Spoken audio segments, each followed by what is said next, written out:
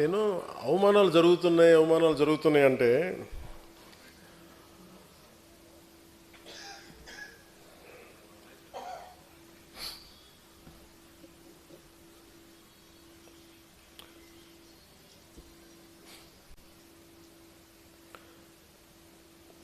మీరు యాక్సెప్ట్ చేస్తేనే అవమానాలు జరుగుతాయి.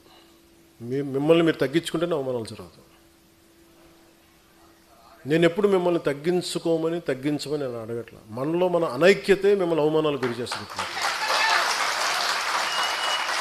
ఉదాహరణకి మొన్న అంటే ఇప్పుడు కూడా మీరు సపోజ్ మనందరూ ఈ రూమ్లో కూర్చున్నాం, బయట వాడు వచ్చి దాడి చేయాలంటే ఈ రూమ్లో ఉన్నాడే తలుపు తీయాలి.